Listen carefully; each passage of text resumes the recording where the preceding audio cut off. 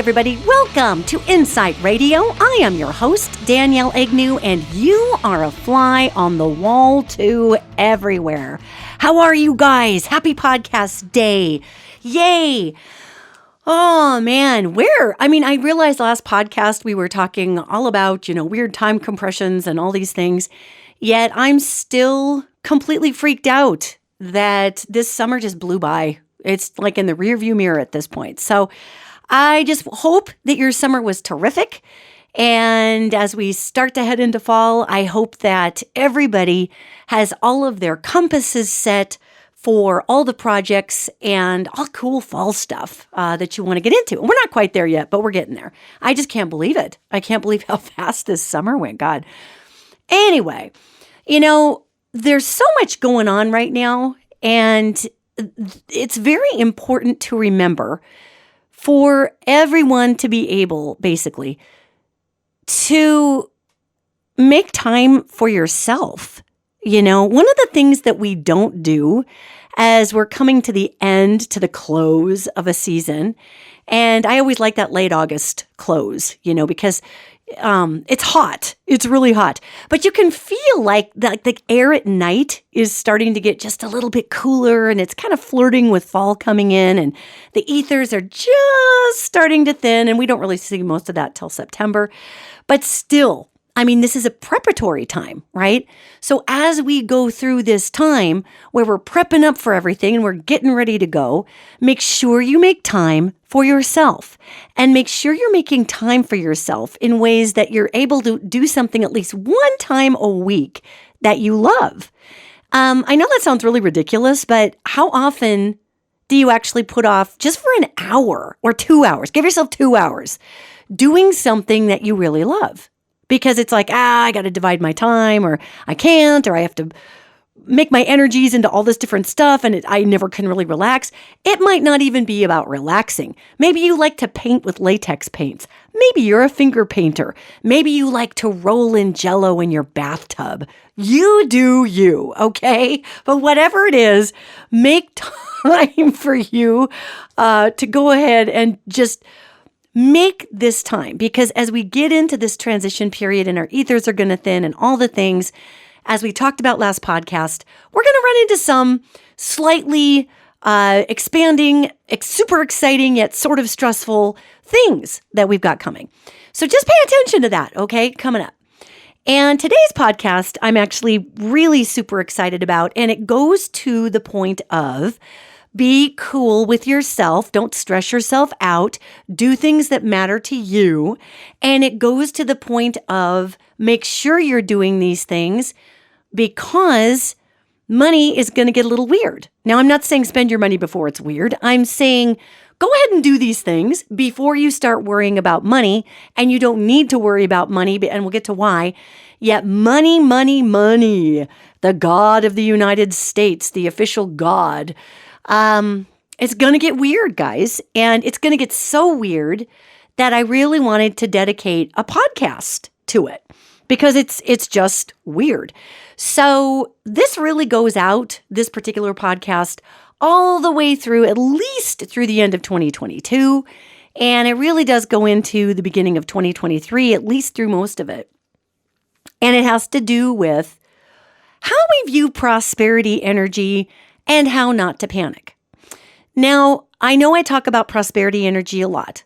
I talk about manifestation, quite a bit, actually. There's a lot I talk about when it comes to how we've been trained in our consumer country to not really, to not have faith in our ability to drum up enough prosperity to pay our bills.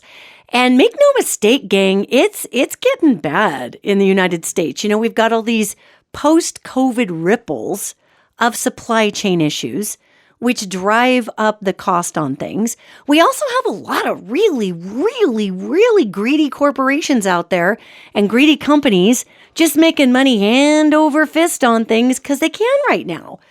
The whole gas price thing is slightly ridiculous. So, it's people making all this money And a lot of it is on the back of real actual shortages. So there is an exploitation mechanism to consumerism that creates supply and demand, right? And I'm not going to give you a big economics talk today because that's like super mind-numbingly boring. However, I think we all know how it works. I'm pretty sure we all know how economics work in America. So when there's a demand for something, the price goes up. When it's harder to get, the price goes up. Scarcity makes value, blah, blah, blah. Well, if you think about that, scarcity creates value. We're going to just dissect why our current way of looking at value and money and, consumerism, we're going to dissect the whole thing spiritually and break it down to the spiritual physics and try to not make it boring because I don't want to put anybody to sleep today. That's not my goal. And we're going to try to see what we can do here because if you look at, if it's scarce, it's valuable. There is a desperation energy around scarce, okay? And it's just, if it's scarce, it's valuable. Scarce, scare. Scare is the main part of that word. Are you scared you're going to miss out? Fear of missing out. FOMO. They talk a lot about the fear of missing out in crypto, and it's what drives crypto. It's what drives the stock market. More crypto, though. Crypto is a very emotional buy for people. People who buy stocks tend to research, and they leave it up to their brokers and all the things. People are sitting at home buying their own crypto on their own phones and their own apps, and it's a very emotional buy, right? So, and I do apologize a little for my throat today and my nose, you guys. We've had forest fires out in Idaho and all these other places, and they're blowing in. So we got the smoky air. So here I've got my smoky Brenda Vaccaro voice on today for you. So anyway, so we've got the word scare, and it's really antithetical to flow, right? If you're afraid, you clench up. If you're going to let prosperity flow to you, you relax. So scarcity driving value is really antithetical. Well, I'm afraid, so I'm going to pay more. And if you think about it, it's kind of a weird spiritual exercise. I'm clenching, but I'm forcing myself to let go of more. So even though we're not actually consciously trying, we're teaching ourselves that money isn't actually that important because I'm scared and I'm hanging on, I'm clutching to my chest, but now I have to pay more because I'm scared, but I'm letting more out. You see, it's a weird exercise. It's just weird. So when we're looking ahead and we're having the opportunity to evaluate finances, the world is going to struggle. And we're really going to see it coming into October, November, December. We're really going to see global economics start to freeze up. And we're going to start with Russia. Good old Vlad Putin over there. I've been psychically looking into Vlad for Bland. I've been psychically looking into the Bland guy who's been terrorizing Russia and Ukraine. I've been psychically looking into Vlad for a while. And it does look like he's got some sort of illness that is going to end up being rather fatal. And I don't know what the illness is. However, either the illness is causing a lot of mental duress or what could be considered sort of a dementia type of thing, or the medication he's taking for whatever this illness is that is so serious it appears to be killing him. Whatever this all is, it's making him a nutter peanut butter king of cray-crays over there. And he is, of course, as we know, continuing to wage all this war with Ukraine. And as we go farther into this year, we're going to see him run out of money. We're going to see him run out of troops. We're going to see him run out of all kinds of things because the United States just keeps throwing money at Ukraine. And so does the rest of the world, saying, well, no, go ahead and buy stuff. You're good. And they're holding Russia at bay over there. So as we go on further and get into pre-2023, we're going to see all kinds of stuff there. We're going to see really this person, we're going to see Vlad Putin making some really bad choices. And he's going to be like hedging the bet. He's going to be faking everybody out. He's going to be trying to look like he's taking over more of Ukraine somehow, whatever he's doing. But the fact of the matter is, of course, Russia ends up on the big loss on this one. And he's going to start getting really crazy. And this is, of course, going to affect all the gas. And I believe that his oil and gas, there's already oil and gas issues, I believe, in Europe right now because of stores that are either being withheld or people just aren't buying from them as a protest. And I think, and honestly, this is what's weird. Basically, Russia is going to continue to restrict resources, okay? And I think that's already happening. But it's really going to get restricted. They're going to restrict those resources. Russia's going to be like, nope, sorry, I'm mad. I'm taking all my toys and whatever energy I have left, and you can't have it. And of course, that's going to affect Europe. It's already affecting Europe. It's going to affect Europe way more towards the end of the year when the Northern Hemisphere gets into the winter months, right? And we need power and, I don't know, gas or whatever they're using over there. But there is going to be an energy restriction because of this whole Russia issue. And that's going to drive up all kinds of, world pricing. Now, if you're somebody who is an investor in natural gas, it's really a good time to hang on to your natural gas stocks. Because if you recall back in 2016-17, if you happen to be in Billings, Montana, and you were attending any of my forums or you listened to the podcasts or you read the blog posts about how natural gas was going to be a huge winner in the energy sector, I got a lot of flack for that one. People were like, that's not a green energy. How can you say that? You're undereducated, blah. Guys, I was just looking into the future, okay, that natural gas was going to have a spike in value. And it's not the cleanest alternative energy source, really. It's not as bad as oil or coal. It doesn't burn as cleanly as other things. It's certainly not as clean as solar or wind, yet it's not as bad as some other fossil fuels. So one of the things that I saw that's now coming into play, and we're really going to see it the latter part of this year.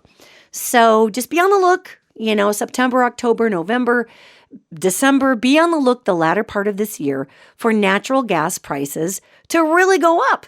Because what I'm looking at is a restriction of resources for the UK, for Germany, this is France, this is everybody in Europe.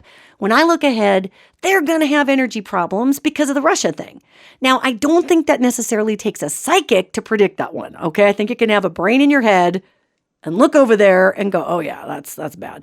But I mean, you guys, it's going to get really bad. So we have a lot of natural gas stores here in the United States. So back in 2016, 2017, I was telling folks, you're going to want to invest in natural gas. And I am not a financial investor, by the way, okay? I am putting that out right now. This is not financial advice. I am not telling you how to invest. I was telling people who asked me specifically privately, how do I invest?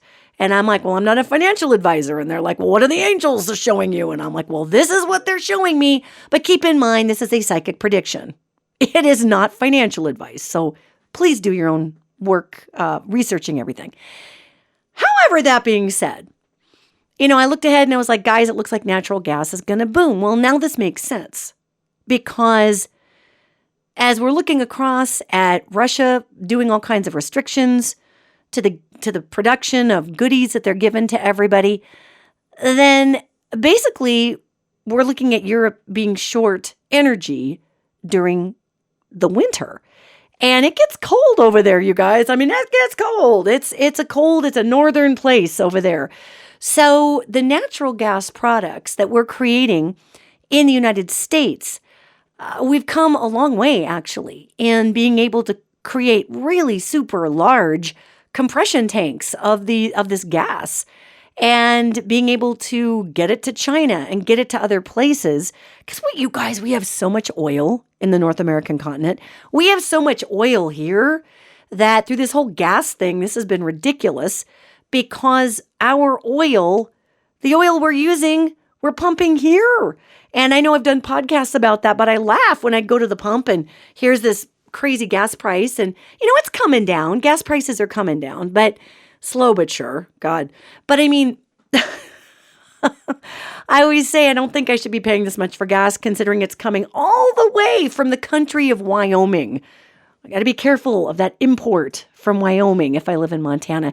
And the fact that it's actually getting refined, all of this gas, 15 miles from my house. So not super good for toxins, super good for how easy it is to get the gasoline to my house. Anyway, I digress. So natural gas, you guys. So there's going to be really odd, I'm going to call them financial bridges that we're going to see coming up at the end of 2022 into 2023. And really, a lot of this is for 2023. We're going to see some really weird financial bridges that we're not necessarily expecting, and they're not going to stay that way forever. But they're going to be present enough that they're going to create a stabilizing factor. Okay, so in the stock realm or investment realm, and again, the following is not financial advice. The following is psychic advice. Please use your head. Your own head, your damn head. So when I look at this, again, natural gas is huge. Now, I have some natural gas, like, I don't know, shares on my little Robinhood account. And I picked them out way back in 2020 because I had known about this thing since 2017. And they haven't really skyrocketed so far, but I mean, they're moving a little. They're moving a little and more than they were for a very long time. So weirdly, transportable mechanisms of power are going to be big. And I think Europe is going to be creating a lot of really innovative ways to generate power and share power at the end of 2022. And again, I'm seeing this directly related with the Russian Republic. And I don't think we understand here in America because we're so we are not energy dependent. We are energy independent. And I know that gets confusing for people because everybody looks up OPEC, which is the cartel that runs all the world oil prices. And our oil companies here take advantage of OPEC manipulating the world oil prices. And our local United States oil companies jack up all that money to match the global oil market and say, well, that's just the price of oil right now. But it's really not for us in the United States. So we're going to be relying a lot more on our own personal oil stores. And, that's the whole thing with the Biden administration, going to release all these different oil stores. They have been. So that's part of it. So natural gas is a funny little investment, I guess you could say. It's a commodity that is going to have some legs for the next few years. And we're going to figure out ways to recycle it also here and use it in the United States because we have so much gas that comes up with oil, and we have so much oil that is drilled here. We have way more oil permits that aren't even used here because we don't really need them. We have a ton of oil as it is. Our market is flooded with oil. So it's a little nuts. So the other odd portion of finances is everybody's on the electric car craze right now, right? Everybody's like, oh, the EVs, the batteries, blah. Look at what makes the batteries, okay? Look at what makes the batteries. And the batteries are, basically, they're lithium ion. There's some other kinds that are very complex out there. The components that it takes to build a battery is a great investment, okay? And, lithium is mined. And this is the thing we don't think about when we think about, electric, it's so clean. Well, yeah, the actual electricity is clean. But to make a battery and get all that copper and dig up all that lithium, I mean, you're mining, you guys. So just be aware that there's nothing that we do except for wind, but even wind, you got to mine to get the metal to make the turbines and the 4 tons of copper inside every single wind turbine. You got to mine for that. So, something is always it's going to take a pound of flesh somewhere. until we start learning to extract energy out of the atmosphere that just exists because actually the Earth is a giant spinning electromagnet. And the Earth is constantly creating on its own a ton of electricity because it's a giant freaking spinning electromagnet in space covered in salt water. And Nikola Tesla knew how to extract all of that energy right out of the air and send it down all kinds of power lines. So the fact that we're still working in the United States off of a grid system where we have hydroelectrics and we dam up canyons and we have these huge electrical power lines that run from, Lake Mead, which is practically dried up right now. And now we're on that timeline that I was talking about years ago, where we're going to have the water wars coming up. Watch the headline. I read a headline in the New York Times in 2024, which was in the future, obviously, that said the water wars of the West. So Lake Mead is really drying up, and I keep hoping for a big deluge somewhere, but it's drying up. They're finding bodies at the end of it and boats that were sunk and all kinds of interesting things outside of Las Vegas there. But Lake Mead, of course, with the giant power turbines, provides power for Vegas as well as Los Angeles. I mean, come on, man. You don't have any water to run through the turbines. What's going to power LA? What's going to power all those lights in Vegas? And people never thought ahead to say, oh God, what happens if the lake dries up? Because why would the lake dry up? There's always been water. There's always been a river. Blah. So, yeah, that got awkward. So when we're talking about hydroelectric power, we're on this grid system in America that is over 100 years old. It's 100 and some odd years old. We're throwing electricity through wires for hundreds and hundreds of miles.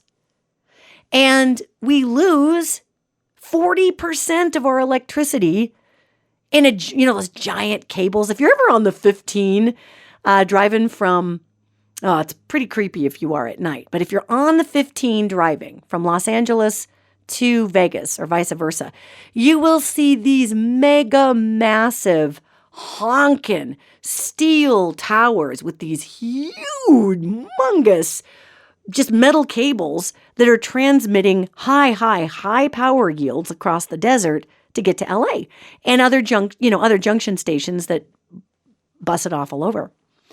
Well, the power going from, if you're going way up there and you're taking all of that hydroelectric power outside of Vegas and you're running it all the way to LA for 4 hours away or whatever, 40% of your electricity is being lost through those wires and into the atmosphere, actually, because of friction. Okay, so we're doing all, because we're talking about investments and money, right? So here we're dealing with a very old electrical system and a very old utility system that has been, paying off the good old boys forever to keep it in dominance. So what we're looking at financially here is when we talk about electric cars, electric, throwing your eyeballs onto safe mining practice, as safe as it can be, you guys. And I understand, I'm a huge earth lover and mining is rough. Yet there are ways to mine that are better than the third world mining that's just tearing up the rainforests. And we're getting a bunch of cheap copper and it takes acres of land to get a bucket full of copper because it's not as concentrated and the land happens to be under the rainforest. So we can look into investment in ecologically conscious mining companies, and they are there. They do exist. I'm sure probably hardcore environmental folks would completely disagree with that. Yet I'm speaking from the perspective of evaluating what's currently in the industry. So if you're choosing green energy, then it is also as an investment. Okay? It is also equally important, in my opinion, to choose an equally as green as you can find it mining operation, because that's where they get that copper and the lithium and all of the all the zinc that's going in batteries. You need all this stuff for the batteries, you guys. So it's important that we make good choices about where to mine. And I'm not going to recommend any mining companies per se. Just because like my idea of what might be ecologically sound might not be somebody else's. And I don't want to put ideas in your head. I can tell you that I have some investment in a copper mine because it's like 11 cents a share or something. And I've got I personally have some investment in a copper mine here in Montana, which is Black Butte Copper. And they're getting sued right now by environmental groups who don't feel that they have done their due diligence protecting the water supply in the Smith River Canyon, which is a pristine place up above White Sulphur Springs. And when I researched them, they came off, they have a bunch of stuff that they show how they line their ponds so it doesn't leach into the ground. You have to hold this groundwater while you treat it and try to get the acids from the mining out of it. And there's a whole bunch of stuff, but still it's not foolproof. There's still risks of some acid getting into the ground and getting into the water supply. So I believe this company in the state of Montana, and the state of Montana, believe it or not, has some of the strictest mining regulations in the country. No lie. You wouldn't think we do, because if you turn on the news and look at Montana, we look like this out west bunch of wackos doing whatever up here. That's just our very strangely religious, kind of odd governor, so we just let him tootle about in his own little zone up there. However, really, the state of Montana has a lot of environmental protections. So, of course, this mine is having to show that they are not polluting things, and I don't know where they're at with all that. But they are SRAFF. I think it's on, through Ameritrade or something. That's their call sign. And I'm not telling you to invest in them. I'm simply telling a story that this is a company that I chose because when I did a bunch of research, they had really come out ahead in terms of environmental stuff. Yet, they're still getting sued. So we'll see what the state says, because the state's pretty hardcore up here. The point being, you guys, is that watch where you put your investment dollars, even in green energy companies, okay? Because a lot of green energy companies don't always source the stuff they're making from green people. And I can't remember the name of the battery maker. I wish I could. I'm sorry. I tried to find it again. But there was a battery maker that was putting out they were claiming they had this super green car battery, and it was this and it was that, and they were using all these recycled plastics and blah, blah, blah. But they were getting their copper for the battery from one of these dig up a million zillion acres for a thimble full of copper type of mining companies because it was cheaper copper. Okay? So just make sure that if you're investing in a green energy company, that they are, especially a battery company, that the mining operations that they're getting their stuff from are not gutting the environment, trying to make the clean green battery. Because everything affects something, you guys. However, EVs are going to shoot up, not forever. We're going to see an EV market as I look ahead that's really going to shoot up. Electric vehicles, for those of you who are not nerdy enough to follow the trades. And the electric vehicle stuff is really going to be huge the next few years. Now, that's 2023, 24, 25. One of the things we're going to be seeing with the electrical vehicles is if you live in a really, really cold part of the country, a northern state, as time goes by, we're going to get feedback in these really cold places that, man, it's hard to get these batteries to hold the charge. You got to make sure you're charging every night, because if you got a pickup truck and it's electric and you're up and it's 40 below, it's the equivalent of going four-wheeling in my Jeep. The gas just sucks out. The electricity is just going to suck out with the cold. So you got to be mindful of these things. And so obviously the EV market's going to go. But another part of it's a bridge, because we're going to come up with even smarter ways to run vehicles, you guys. I mean, the whole electric car thing seems like the wave of the future. But what I'm seeing is this is an interim technology, kind of like how natural gas is an interim investment and energy boom while we get to the other side of all the rest of this stuff. So obviously solar, you guys, solar's kind of expensive right now just to manufacture and whatnot, but there are going to be some solar companies that are using all of this recycled stuff to make their panels. And that's going to drop the costs on their product. And the battery storage for solar is going to improve in 2023. Okay? So right now, the challenge with solar energy is battery storage and also cost of supplies, which raises everything. But again, do a little research. But solar, especially some solar startups coming at the end of 2022 into 23, are going to be really powerful in the years to come with everything that they're using that's recycled, okay, repurposed. And a big aspect of what we're looking at in 2023, 24, 25 through to 26 that changes the nature of our dollar, okay? Because guys, gasoline, oil, I mean, it's just going to do what it always does. It floats, it floats, it floats.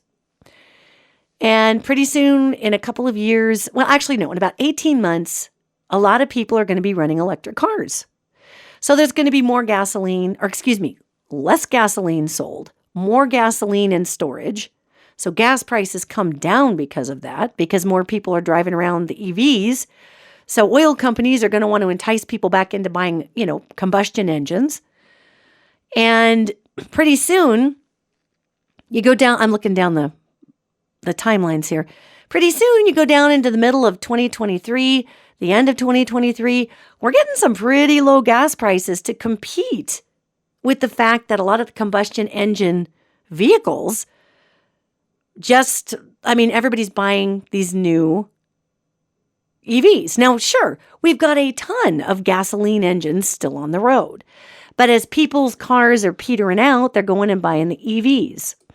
So it's just important to note that gas prices over time are going to be coming down, until the EVs really pick up a bigger chunk of the market. So what's really going to be stabilizing out the money in America, because I'm talking some old world commodities here on the stock market, but really what's going to be stabilizing, what the great equalizer is going to end up being, is crypto. And I've talked to some financial folks. I have some friends who are financial advisors, and they're like, you really need to skate very delicately talking about financial stuff, because people might mistake what you're saying for financial advice. And I said, well, I'm not a financial advisor. I'm a psychic. So I'm hoping people know that. And I tell people that. And they said, well, just be careful, because you don't have a financial license. And I don't. And you don't have, I realize you're looking into the future, but you don't have a financial education. Be careful. Don't mislead people. And I told my friends, I said, I do the best I can to make sure to let people know this is psychic advice. It's not financial advice.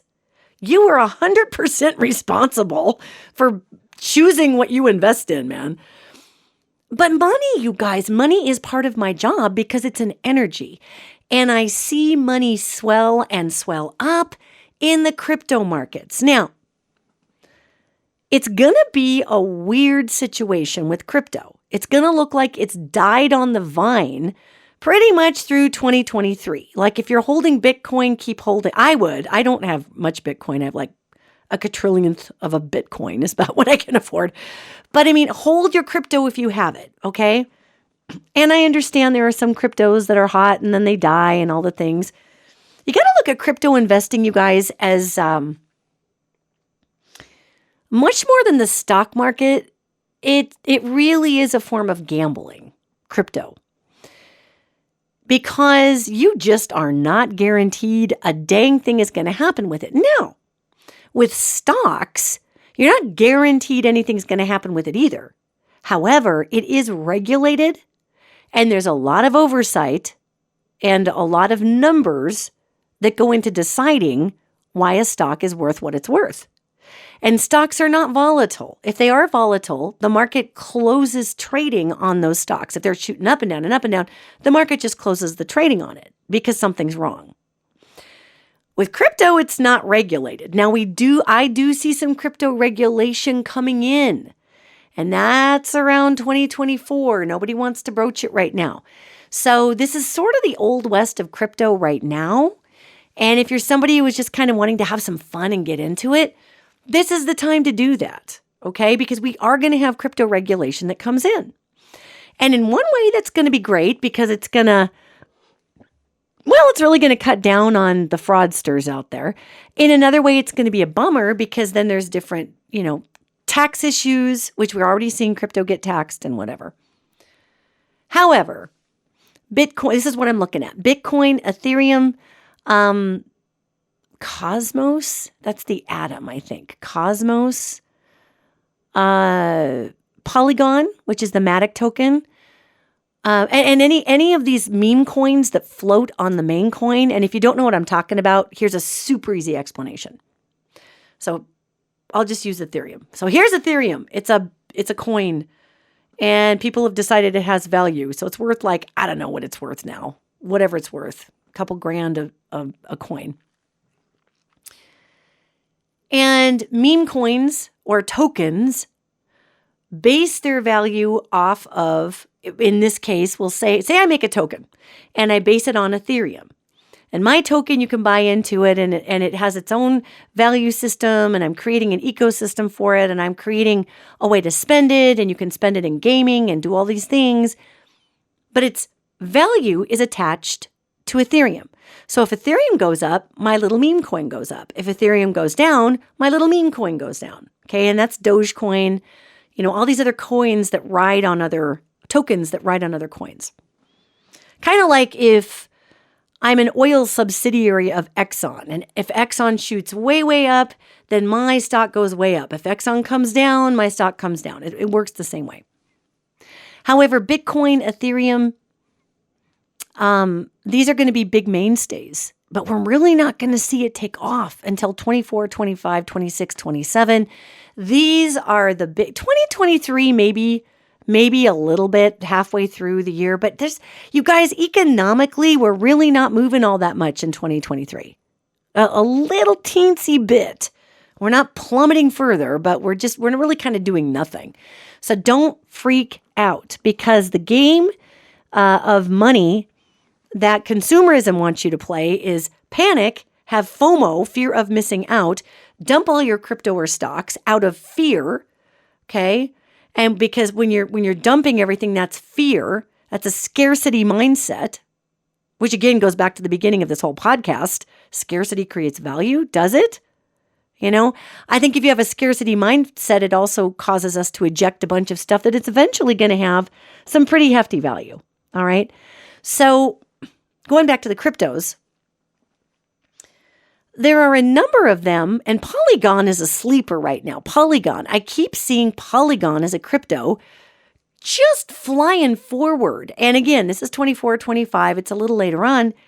And it has something to do with the fact that the way that the processing power, the blockchain that makes the fake money, which is crypto, doesn't use very much energy. And there's going to be a very large focus. There was kind of a focus on how much energy Bitcoin took up a couple of years ago. And then it got dropped as Bitcoin was, making everybody a crap ton of money. Suddenly nobody cared anymore. The Bitcoin was, using all of this massive, massive energy. And these Bitcoin miners were basically using as much electricity as a small European country. That's not a lie. So everybody was really upset about that. Now nobody cares anymore because it made them a bunch of money. But now going into our new realm, and this is where this podcast takes a slightly different flavor. Going into our new realm, it's gonna matter how things are made, which is why I told you guys, if you're going to invest in green energy, make sure you're looking into where that green energy company is getting its raw materials. Where's the mining coming from? Because it's gonna matter to people. And people are going to pull their investments out of companies that claim to be green, but buy the cheap, crappy copper that's eating the rainforest. Okay? So just be mindful. Our new realm that we're stepping into is really going to be fuel, the new economy. It's going to get weird in there, guys. And 2023 to 2024 is a weird, awkward space, where the old world brick and mortar, here's my pennies and nickels and dimes and dollars, aren't excelling. They're not excelling. What's happening is they're in this weird stasis waiting for something to happen for them to be able to declare value. Okay? In the meantime, there's this whole group of people all over the earth called people under 30 who are trading crypto, spending crypto, dealing in crypto. Their whole life is in crypto. They live in these virtual realms, and which I'll get to in a minute, in virtual real estate. And you're like, what the F are you talking about, old woman? I'll tell you. If you go to Decentraland is a platform. And there's a Decentraland token, like a crypto. But Decentraland also offers virtual real estate. What the hell is virtual real estate? Now, I understand for some of we Gen X and above people, this might get a little awkward, but here's the deal. Keep in mind, Gen X, we invented the internet, okay? So just don't be those people. Let's catch up, people, okay? So virtual real estate is basically server space, you guys. That's what it is. And you're buying so much server space to create, but they call it virtual real estate, to create your own world in it. I crap you not. So, in other words, say I buy 10 acres of virtual real estate. Now, in reality, that's X number of bits or bytes of hard drive space on some server somewhere, on some cloud, on some planet, who even knows. But what I do with that then is I decide that on my 10 acres of real estate, think of a Sims game, you guys. This is actually, people are creating value around Sims games, but they're not called Sims games. They're called these communities, these worlds, these hyperverses. It's all over the place. So on my, quote, 10 acres of, quote, virtual real estate, end quote, I'm building a dance club, okay? So then people take their crypto and they buy their way into my dance club. So I'm collecting crypto for you to come to my virtual dance club with my virtual pictures of disco balls and dancing things. And your avatar, so let's say I'm a 5'4", 53-year-old woman, okay? Say my avatar is 6'6" and looks like a unicorn with a dragon tail, okay? And I march in there and my name is like, Wicked Dude, because I grew up in the 80s. So my avatar name is Wicked Dude. And it's spelled WIKKUDDOOD.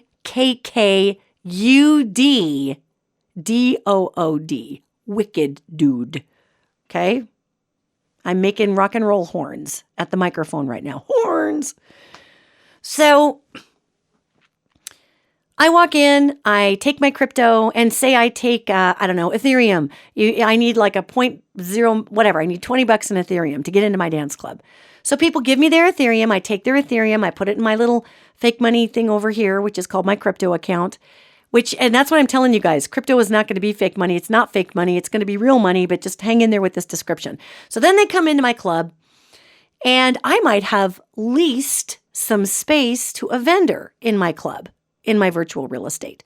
So maybe I have somebody selling NFTs at a booth in my club. What the hell is an NFT? Well, it's called a non-fungible token. And it basically it's a digital asset, like a JPEG or something, all right, with a history attached to it it's like meta information that says who owned it, who sold it, blah. So they're selling artwork, but they're called sodas, okay? They're pictures of sodas, but they're these limited edition NFTs, which, by the way, keep in mind, are just digital assets.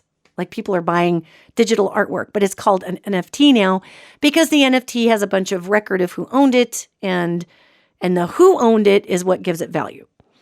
So in my virtual real estate, in my server space, in my fake club, which is this hot club, with my Wicked Dude avatar, that's this huge, unicorn met a dragon thing, I'm wandering around and I'm dancing with people. My little avatar is dancing with people, and I'm making friends, and they might be buying something from me, so we're all exchanging crypto in these universes. This is actually going on right now, okay? So Decentraland, if you look it up, sells virtual real estate.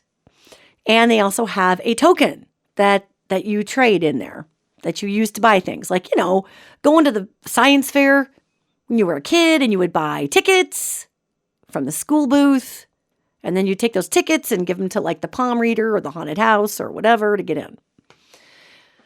Except in this case, the tickets actually have real American money or whoever's money that was spent buying them, ergo can be cashed out for American money or whatever money and turned back into real world money. That's where we're headed, folks. So the crypto market, it's not just, oh, I'm going to buy a bunch of Bitcoin and I'm going to stick it in my investment account and I'm going to be a Bitcoin rich person. And maybe you are. But the reason the crypto has the value is because the digital universe expands so quickly in 2023 into 2024 that by the time we're hitting 2025, this is just a thing. Okay? Now, I am, as a human, unapt to join these virtual universes. But there's some cool, maybe I would, I don't know. There's some cool ones out there. You can be a pirate full-time. You can be a Viking full-time. You can be a furry if you're into that kind of thing. Don't even ask me, just Google it, furry. I'm not going to talk about it. So, I mean, there's all this stuff and it's coming into play because our world is shifting. And that's why I said this is where this podcast takes a different flavor. This new realm we're going into is really going to have two big chunks of reality, for lack of a better word, and you know how I feel about the word reality, but it's going to have two chunks of reality working in it simultaneously, okay? You're going to have the brick and mortar world, which in 2023 and 2024 is going to be floundering, flapping. We are going to make some headway in the United States government with caring for our own people. So we are going to have some headway, some financial relief in that way, okay? In another way, the world markets are going to just tank because Russia's going to decide to do some weird crap, you guys. And the jury is out. I will be straight out with you. The jury is out right now when I talk to these angels about Vlad Putin. I keep calling him Bland Putin.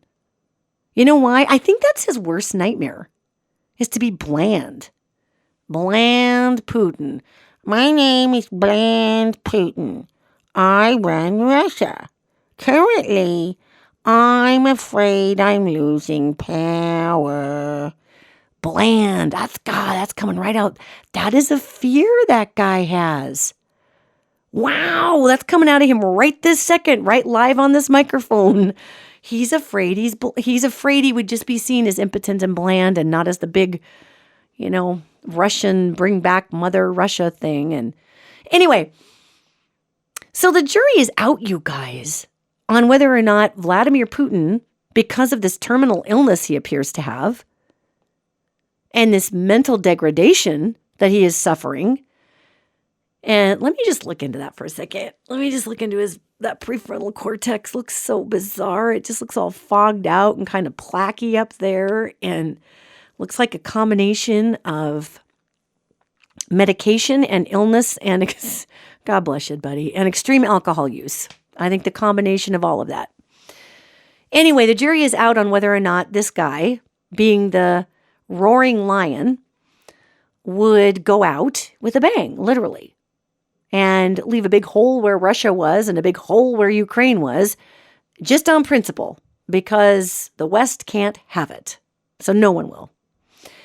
And so I'm really, really, really hoping that somebody in the Kremlin will step up and say, buddy, don't be blowing crap up. But there's going to be, he is going to make his he's made his nuclear threats before. He's going to make more nuclear threats. Yet the issue the second time and the third time and really closer to November that I'm seeing in 2022, he's really going to be hedging towards being serious about using some of these things, because I think what he's fearing is that Ukraine, I'm just looking ahead here, I think he fears that Ukraine is going to get a lot more support from the West. And I really don't know what that means. I don't know if that means that Ukraine joins NATO or he's just tired of everybody giving Ukraine money or what. But he's going to create a reason to have a war with the West. And that's later in this year. So it'll be interesting to see how everybody decides to handle that at that point, because that just gets bizarre. But the reason I'm talking about that is crypto. Russia right now, a lot of what's funding its war is crypto. And the crypto market is tanking. So in a weird way, as they withhold their resources from Europe and affect world markets with energy, and the concrete dollars are collapsing all over the place, the crypto market is following those dollars right now. So in Russia being stubborn and doing what it's doing, and in what it's going to withhold even further, energy-wise, from Europe, I guess, is what it's looking like, they tank their own crypto value. And they're using all their crypto for their war. So it's kind of a self-fulfilling prophecy of doom and defeat. And I think somebody's going to figure that out at some point over there. They probably already know it. And I think that's why Putin just decides to go into this, Thelma and Louise type action when he realizes he's cornered. And this whole thing has been a big waste of money for their country and waste of lives. God, let's not even talk about the lives, dear Lord. But the podcast is about money. So what we're looking at is a new realm that's coming out where the brick and mortar world is really going to be struggling against creating value for the dollar and value for assets and value for stocks. And we're looking at really caring for our neighbor in this new realm. We're looking at caring for this earth in the new realm.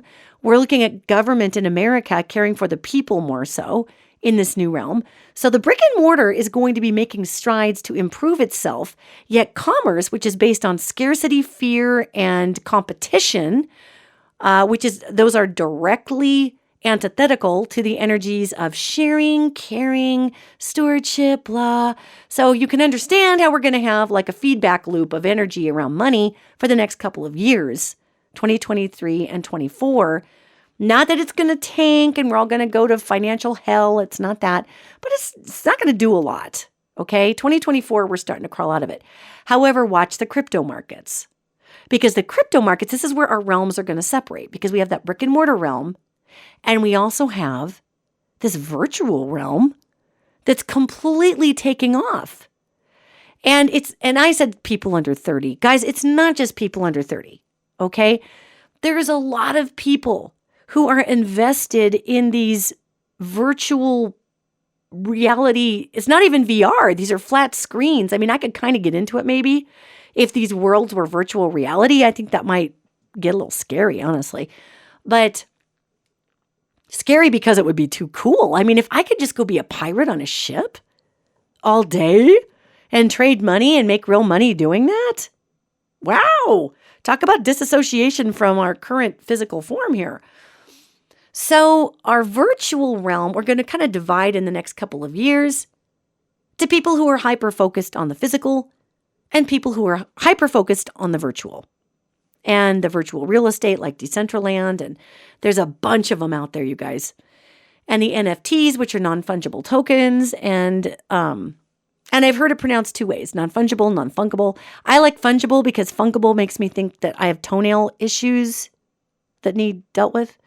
So the point is, if you have investments, if you have crypto, it's going to get a little Old West. Investing in water purification is going to be huge because we're going to be needing to figure out a way to alleviate the droughts in the West and create some water. And, at the same time, this is such a weird thing. At the same time, we're not getting as much rain out of the atmosphere. Our ice shelves in especially Antarctica are receding like crazy. So over the next few years, we've got, and by few, I mean like anywhere from 3 to 10 is what I'm looking at here. It depends on how we play our cards globally, quite honestly. And that's not a set in stone thing. Yet we could have 3 to 10 feet level raises in ocean. That's an ocean level raise of 3 to 10 feet. So that's a lot of extra ocean water.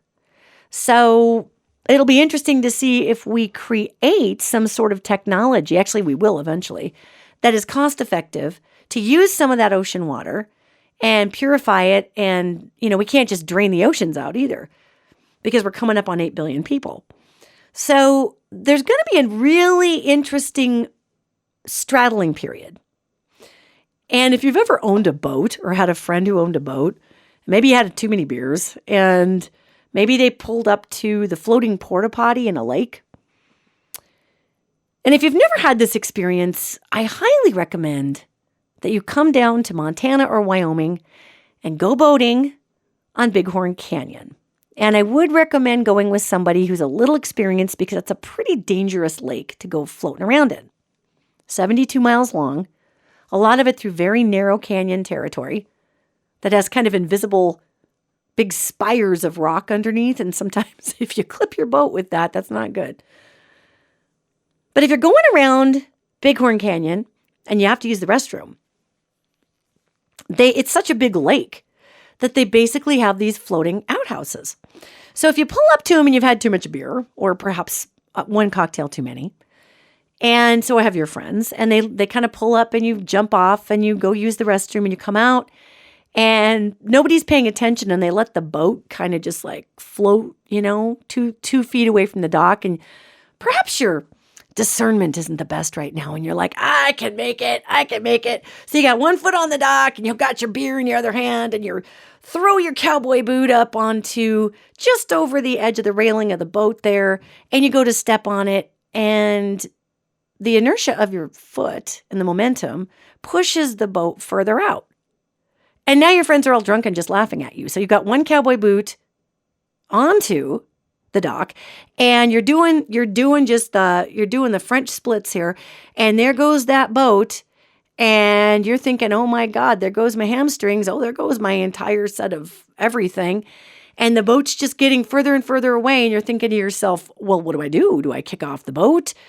Do I try to just jump? Oh, I can't jump, I got no leverage, what am I doing? And you're yelling at your friends, and they think it's funny. That awkward straddle position where you really decide, do I just fall in the lake or do my best to kick back onto, what do I do? That's where we're going to be for 23 into 24. And you're going to see some repositioning and some trying to kick off the boat a couple of times, but we literally are going to fall in the lake sometime during 2023. So just be okay with the fact that now you got creepy lake water in your underpants and you're, trying to hold your beer above the lake water, and it's probably in your can now. And all your friends are laughing and you hate every single one of them. And you're like, this isn't funny, you guys.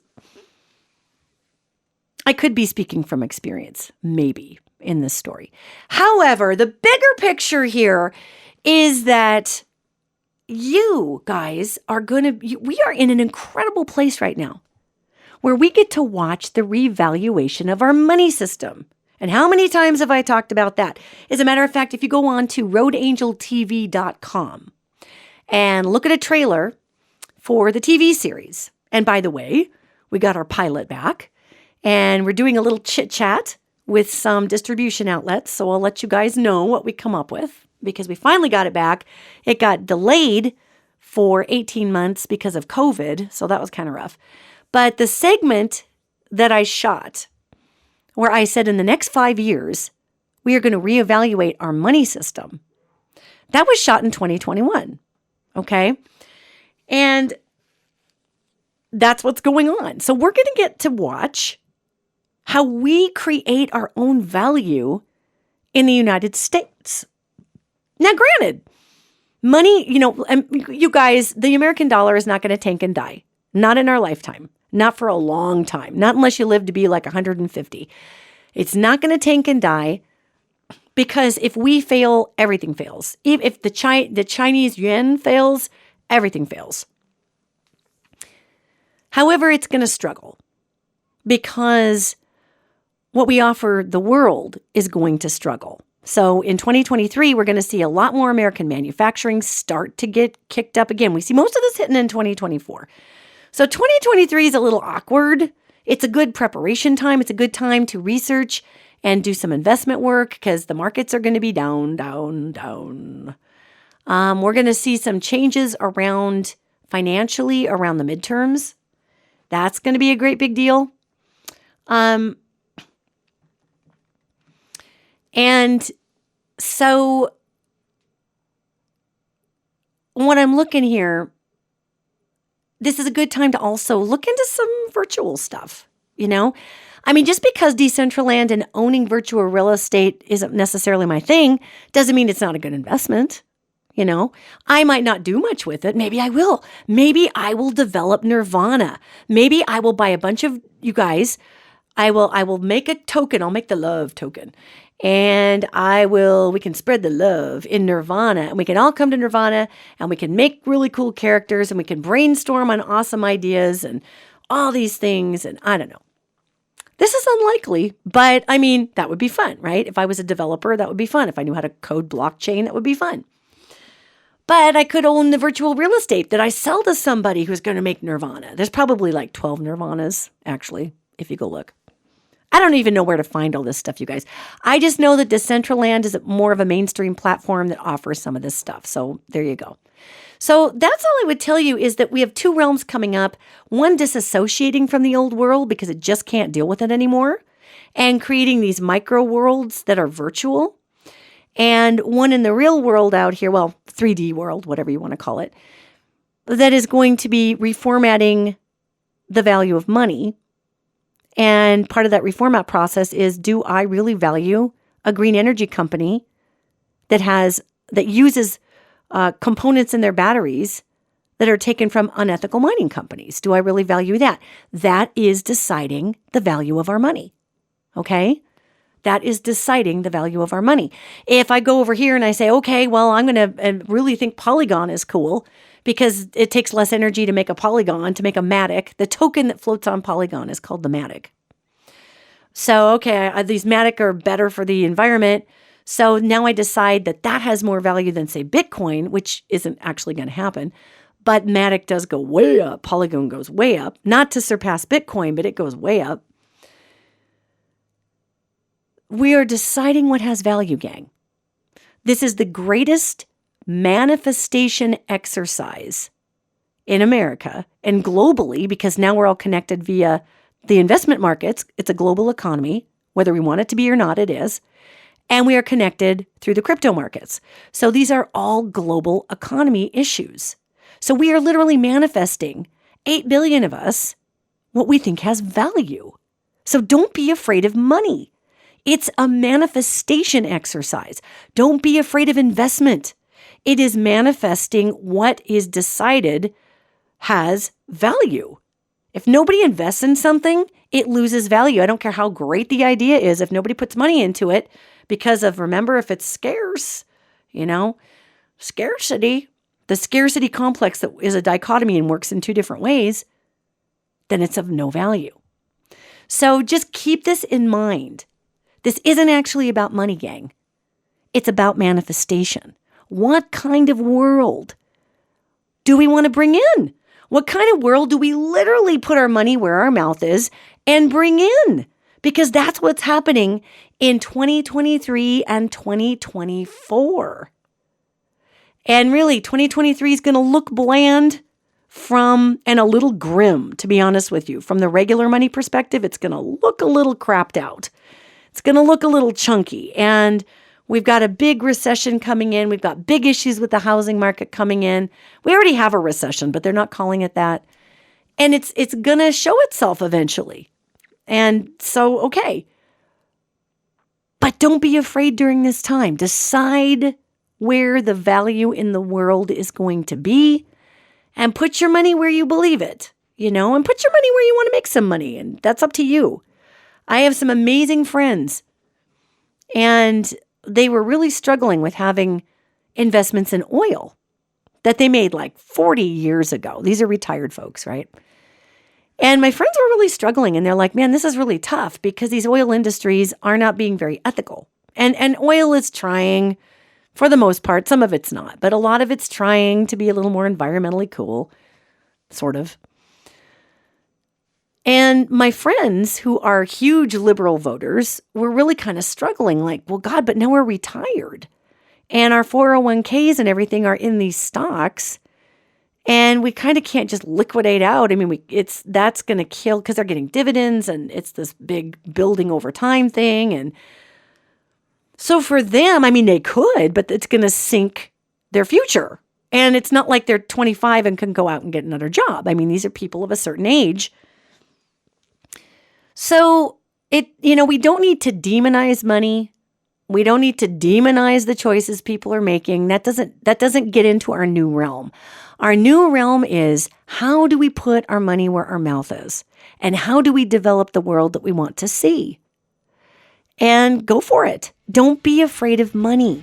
Don't be afraid of the tank that we're going to be in 2023 and the first part of 2024, especially around the midterms coming up in 2022. That's really going to change the opinion of a lot of people about a lot of things, because the vote's not going to go how some people think it's going to go. So it's, just don't panic, man. We're here to build a new realm. So get to building. And I will see you next podcast.